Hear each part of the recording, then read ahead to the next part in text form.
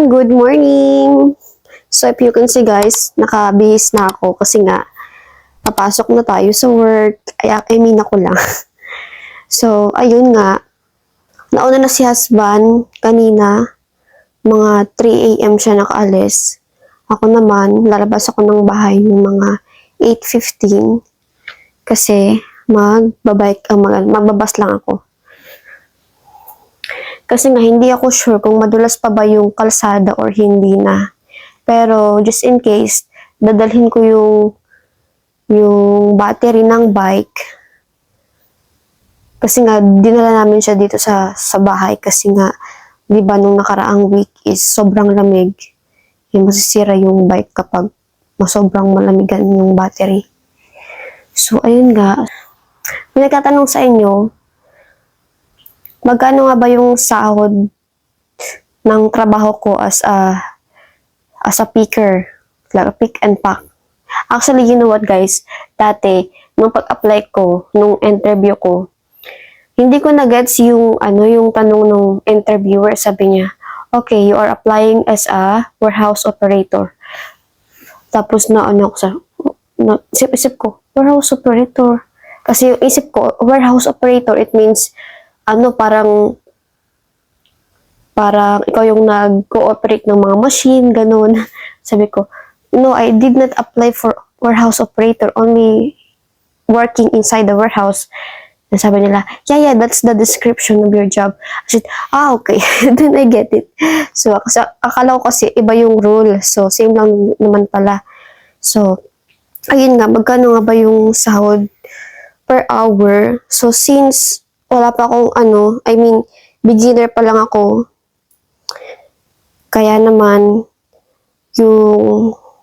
yung sahod ko is minimum wage dito sa Netherlands. So, magkano nga ba yung minimum wage dito sa Netherlands? Nasa 14.48 per hour. So, kung i-convert natin siya sa Pinas, mga nasa 900 per hour, I mean. So, ayan. Yeah. And, meron din nag-comment sa inyo, sabi niya, kung madali lang ba dito makahanap ng trabaho. Yung sagot guys, yes. Sobrang dali lang makahanap ng trabaho dito sa Netherlands. Dahil guys, maraming company dito sa Netherlands. So, ikaw lang talaga yung pipili kung ano yung nabibet mo na trabaho. Kasi nga, kahit wala kang experience, pwede ka kasi dito hindi nila required na experience unless kung mag-apply ka ng like yung mga profession job, so kailangan talaga ng experience.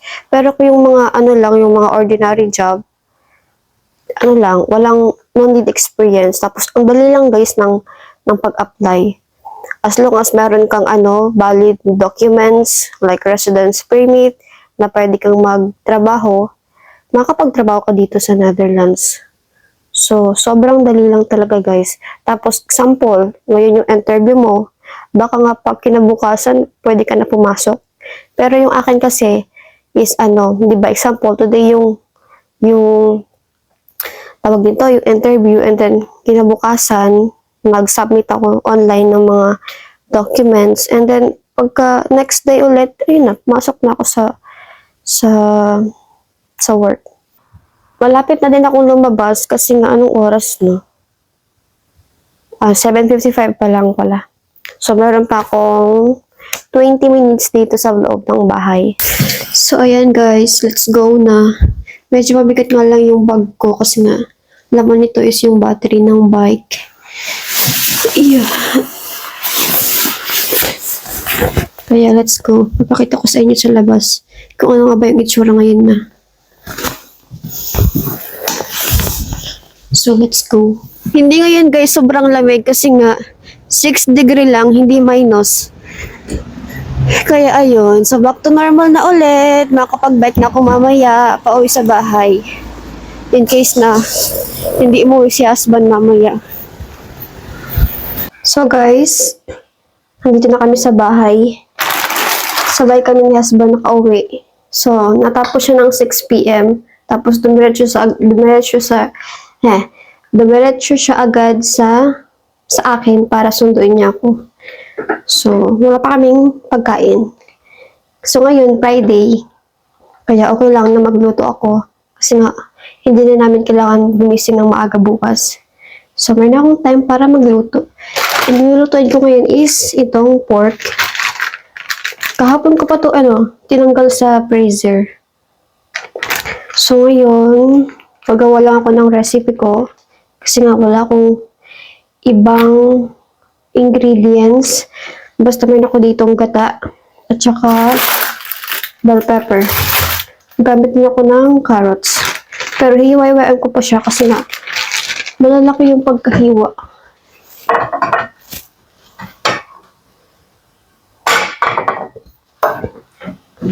So, finally guys, today is Friday, last day of the week. Alam niyo ba guys, kapag mag-start kayo mag-work, hanapin niyo talaga yung Friday. Para makapagpahinga. Nakakapagod.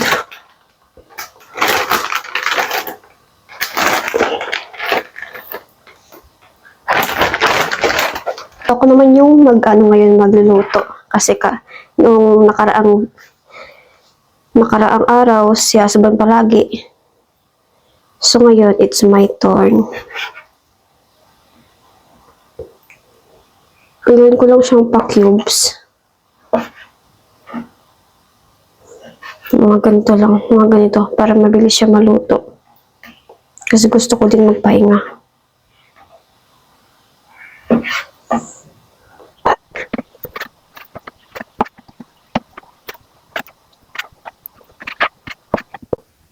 Alam niyo ba guys, wala nang snow sa labas. Kasi kanina, maghapon umulan. So, natunaw na yung mga snow. Baka mga Monday, mag-bike na ako papuntang work.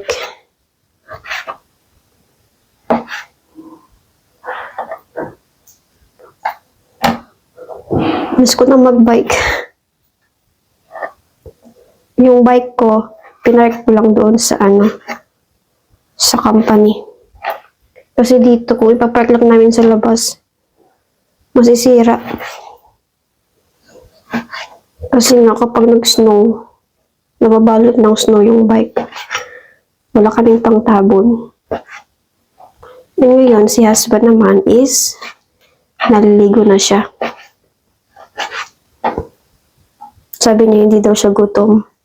Kasi kumain siya ng 2 croissant. Pero sabi niya, kapag magluto daw ako, kakain daw siya. Kaya magluluto na lang ako. Kasi kanina, nagbaon ako ng kanin. Tapos yung binili namin na fried chicken sa KFC, may natira pang 2 piraso. So, yun yung ulam ko kanina. So, ngayon hindi na ako magluluto ng rice kasi nga, meron pang tirang sinaing. Kunti lang naman yung binaon ko kanina. So, ito na siya guys. Into cubes lang yung paghiwa. Tapos, isusunod ko na itong bell pepper. Gamitin ko itong isa lang. Kasi para yun sa kaldereta naman. So, maglalagay ako ng isang patata, isang bell pepper, at saka isang carrots. Para merong gulay. Hinugasan ko na yan.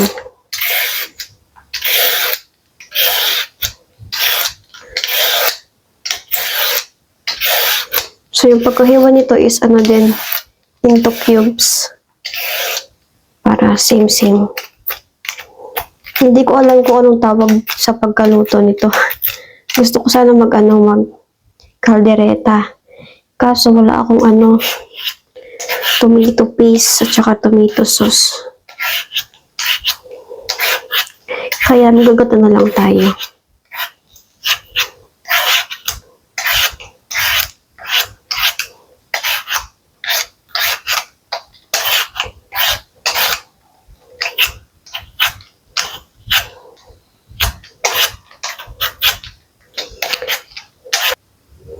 Nagasan na yan.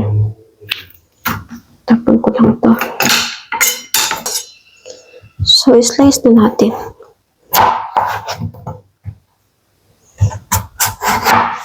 Ang bigat ng knife. Bago lang to. Nabili namin doon sa Germany. Medyo malaki siya.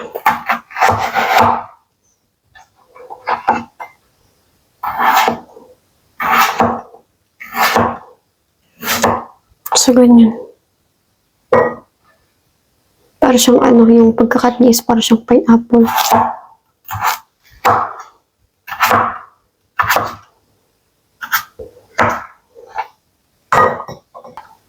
Proceed tayo dito sa carrots.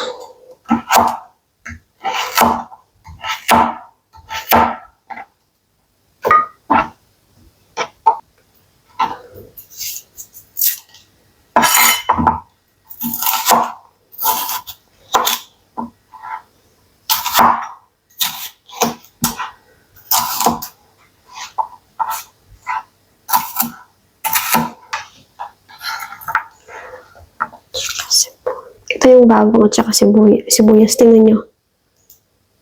Ang payat. So, ready na guys yung ating ingredients. Kaya magpapa-init na tayo ng kaldero. So, kaldero lang yung gagamitin ko. Hindi kawali.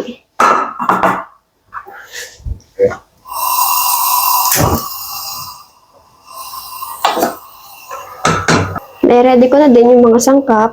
Nakapag-slice na ako ng sibuyas at saka bawang. Hinulay ko lang itong bell pepper kasi nga madali lang siya lutuin. Ito naman yung carrots at saka patata. And then, our main is pork. At saka meron tayo ditong gata. Naglagay na ako ng mantika.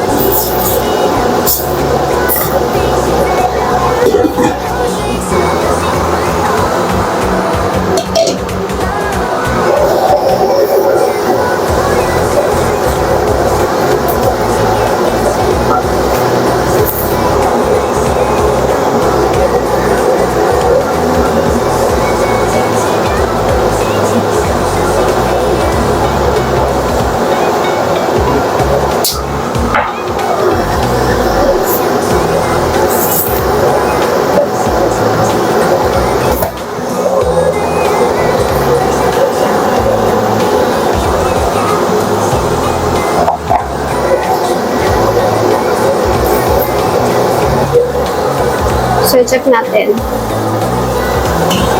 Madali lang tumaluto kasi nga yung paghiwa ko is maliliit lang. Ilalagay ko na itong guys, potato at saka carrots kasi nga medyo malambot na yung karne. Mamaya ko nilalagay yung gata. Panghuli na siya.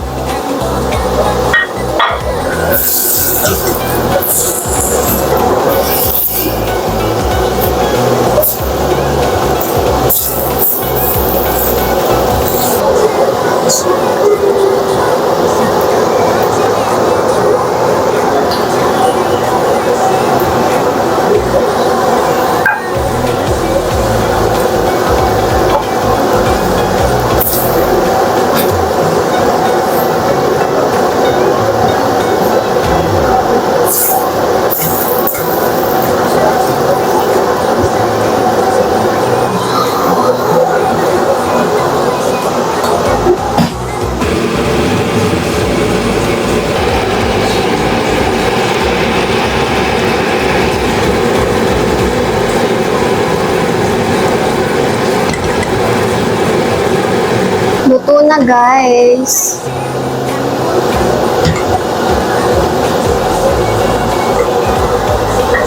Naluto na yung ating ulam. Aming ulam.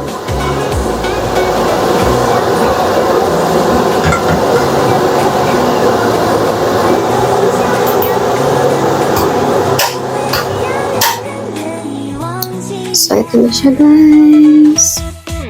Ang sarap.